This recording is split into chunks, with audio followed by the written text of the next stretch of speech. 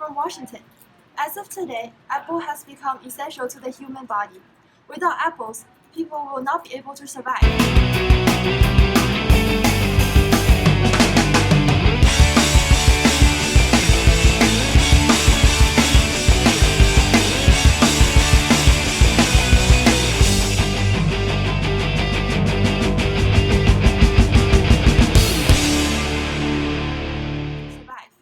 This is why from this day forward, the government had decided that the apple will not go above $3 per unit.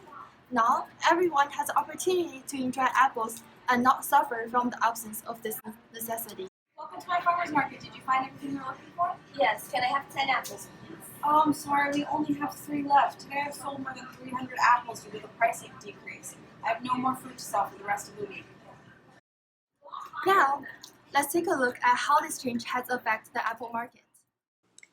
A price ceiling sets the maximum legal price a seller may charge for a product or service. A price at or below the ceiling is legal. A price above it is not. The rationale for establishing price ceilings on specific products is that they enable consumers to obtain some essential good or service that they could not afford at the equilibrium price. The rapidly rising price of apples greatly burdens low and moderate income households, which pressures governments to do something about this. To keep apple prices down, the government imposes a ceiling price of $3 per apple. Because the ceiling price P2 is below the market clearing price of P1, there is a lasting shortage of apples. There are various problems that come along with price ceilings. Problem number 1. Since an unregulated shortage does not lead to an equitable distribution of apples, the government must establish some formal system for rationing it to consumers. One option is to issue ration coupons, which authorize bearers to purchase a fixed amount of apples per month. Problem number 2.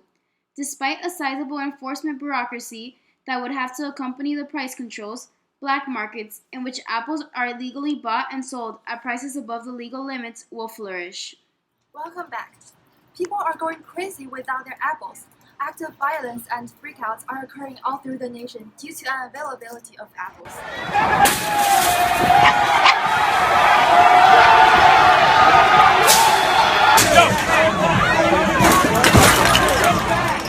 Apples. Where are the farmers when we need them the most? But don't worry. News from Washington, D.C. says that the government have found a solution. It is now declared that all apples must be sold at least $3 per unit, giving the incentive to farmers to join this market. How can I help you? Can I have 1 apple, please? Just 1? Last time you wanted 10. Well, with this price increase, I can only afford 1. Well, now what am I going to do with all these apples? Now, let's take a look at how this change has affected the apple market.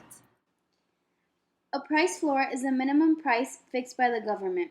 A price at or above the price floor is legal. A price below it is not.